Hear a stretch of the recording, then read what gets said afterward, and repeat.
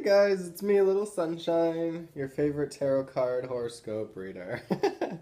Maybe not your favorite, maybe you got a few, but your friend, your soul companion here, coming with you for another day of, it was a beautiful Monday, rainy morning here in Michigan. Sun's out now. It's a little bit cooler than it's been. You can start to kind of see, fall lingering in, summer going for its rest. And we just got out of the Mercury retrograde as I get blinded by some incense. um, but it was definitely, it affected me in ways that I didn't see coming up. Whatever your tarot card was for the month of October, you can click on over and see, but a lot of great messages there to work with. But just kind of like getting out of that, the Mercury retrograde, it's kind of like, I can already feel it. Like just this present moment right now with the sun just coming through the leaves, and it's just kind of a beautiful day. And I'm kind of feeling more right myself anyway, with just like being back in my skin. Like maybe you have felt scattered lately. Miscommunication has been big. Technology not working. Losing money, there's just some of these symptoms of, let's blame it on the retrograde. But a lot going on. But I wanted to come at you today just to kind of talk about. Oh, I do have my co-host. Sometimes I have my cat here with me, and I saw this at this little store that has all these things for like a fairy garden. And I'm gonna make my niece a fairy garden for her birthday coming up, and he's one of the little guys that are gonna be in there. So he'll be my co-host for today. I'm a big cat person, sorry. But I wanted to talk with you today about being an empath. It kind of keeps springing up lately, and I always, it's like this little tap on the shoulder of like trying to get me to listen to it, trying to get me to notice things more, and it's kind of just popped up too much where I'm just like, all right, I want to sit with you guys and kind of, have it out. So what does it mean to be an empath? What does it mean? What are you doing? A lot of people, and I'm getting more and more to the point that we're all, a variation of being an empath. You can look at that word and just kind of be like, oh, it sounds so like, meh. It's not like a personality trait that you want to be. I am a recovering alcoholic, so to speak, and I've given up drinking for the last 2 years now, and I was at my AA meeting earlier today. Keeps me clean and sober for you guys, and I had felt kind of the empathetic feeling inside me, because what I'm getting at is that we are all kind of sponges to one degree or the other. All this energy that flows around us, depending on who we're around, what we're affected by. But I got this kind of urge, like, at first I kind of felt like I had been crying, like my eyes were just kind of like, I had that like after cry kind of feeling, which I'm like, I haven't cried or felt like I needed to cry lately. And it was just funny. Like I was kind of watery eyed, kind of listening to the lady, and I'm like, God, I'm kind of emotional today. And I didn't even realize there was this guy over here, his very first meeting that he's ever been to, and he was, kind of breaking down, and when we cry, there is always just kind of this release that we need to have, and like just being there in that room for him was kind of, a breaking point, a pivotal step for him. Hopefully he goes on, finds the path he needs, whatever that may be for him. But I felt this overwhelming need, like I thought I was gonna cry. And I knew if I had to talk at that time, I was going to. Like, I was already, planning on what to say, and that, I can't not feel somebody especially, I mean, if you see them, but this was totally like a thing that I was feeling the energy around me before it was even visible. Oh yeah, I got my ghost here as co-host too. Um, I usually do October 1st Halloween stuff, but we're jumping in early and we did it last weekend. So we've been getting a lot of Halloweeny stuff.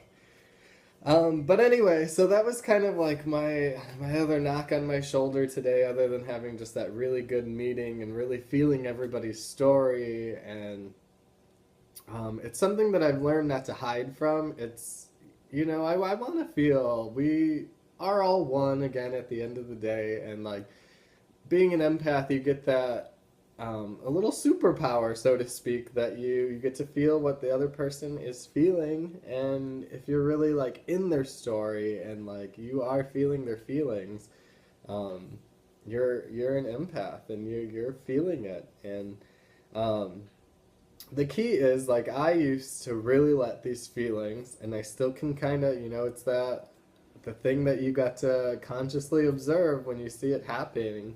You have to ask yourself like whose feelings are these? Whose thought is this? Like um, when you're around too many people that get frustrated in a short amount of time and just know how to turn the tide of the room to complete opposite of what it has been. um, you know what I'm talking about. You're an empath, and what I was kind of getting at before about us all kind of being an empathetic being here on Earth, we all have it to one variation of a degree or another. Like some people want to label it, uh, oh, I'm an empath, and it's like you have this thing about you, and that's how I always feel about being an alcoholic too. I'm an alcoholic among about a billion other things, so like I don't like labeling things as it is. But we're all a degree of variation of everything, and what we choose to put in our, what we want to hold is like our main forefront characteristics or personality traits. We get to choose. Like I get to choose every day that I don't want to be a drunk, rambling on about my spiritual stuff in a bar anymore. Like I've been there, I've done that, and I got guided on this awesome path to share it with people where it's not falling on limp ears. So, anyway, that's kind of my rundown in short about being an empath. If you guys, if you're having troubles yourself, that you're absorbing too much around you, like I do the white light of protection, but I consciously choose too. And just to explain kind of the white light of protection a little bit more, I learned it in my Reiki healing. I surround myself when I'm meditating with either a pyramid of white light, a just a white orb of luminous, glowing, uh, positive energy. Sometimes I visualize mirrors on it just to kind of bounce back that let people keep their own emotions, like as great as being an empath is and experiencing it in the doses that we want. Sometimes we do just need to get through our day and not be weighed down by everybody's dark negative garbage. We have enough to deal with on our own, but keep clearing yourself. Keep clearing yourself through meditation, the white light of protection, pyramid of white light, the mirrors, are things I always do, but, other things that I do are being consciously aware. When we're living in this very consciously aware, time frame that we're in, we get to choose. Other lifetimes that we've already lived, that you've already lived, in, the past timeline, and even in this lifetime probably for you, you've not been that conscious of your decisions. You just kind of went all willy-nilly through life, and why is this happening to me? Poor me, everything always happens to me, or you want to blame somebody. I've been on both sides spectrum of victim and victimizer, if you will. We all have in this life or in a previous life. Disney. However, it's, we get to consciously choose now. We get to view it. And it always helps me. Sometimes, I get away from consciously choosing it, where I'm just like stuck in that day. And if I have this I get a little tap on my shoulder or something to signal me to just go like, oh yeah, this isn't mine. This is others' energy that's, fallen on me. And I'll leave kind of with this, guys, that, judgment is such a big thing. We want to judge all these emotions. We judge them for ourselves, like, oh, I can't be that negative person, or you see it in others and kind of the spiritual community, and, I can't be around you because you're just so negative, which to an extent is true, like, but you also don't, I don't know, have to project it to them too. If you keep living your life in the positive way that you want to, you're going to keep attracting like energy. So it's not going to help you calling other people negative and, they need to change this or they need to do this or anything like that. It's going to be about, consciously choosing to keep shining your light even when you don't want to. And that is something that's harder to do, to put into action rather than just to speak, because I can sit here all day and go, oh, this is gonna make it a lot easier, and then you're gonna shut off the video or click to another few more videos, whatever you're gonna do. But when we go out there in life and we're faced with these circumstances where it's like all chaotic around us, and we're gonna want to give in to those negative influences. And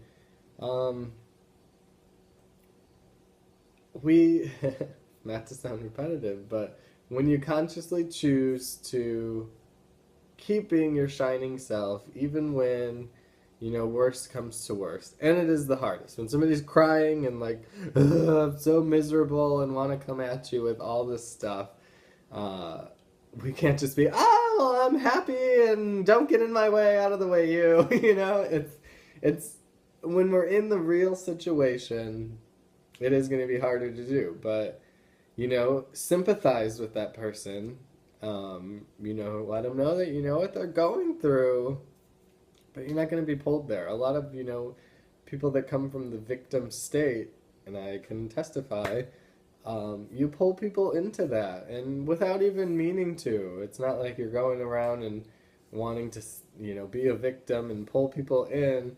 And then even on the alternative, when I first consciously realized I'm in a victim state, then I would get mad at myself then alternately of going like, oh, I don't want to be a victim, and I shunned it, and I judged that emotion as bad, and just love all those emotions and keep being you as much as you can in every way that you can, and go create joy. Even after, we get through these experiences in our day, let's go out and create some more joy. So, any questions at all, guys? I love talking about this stuff. I love expanding our community more and more, that we can come together and talk about stuff like this. But wherever you're at, wherever you are, whenever you see this, much love to you. I'm just sending it like waves in an ocean trickling out. So much love, guys. Have a great October, and lots of great good lucky charms coming to you for the rest of the year. Have a good one.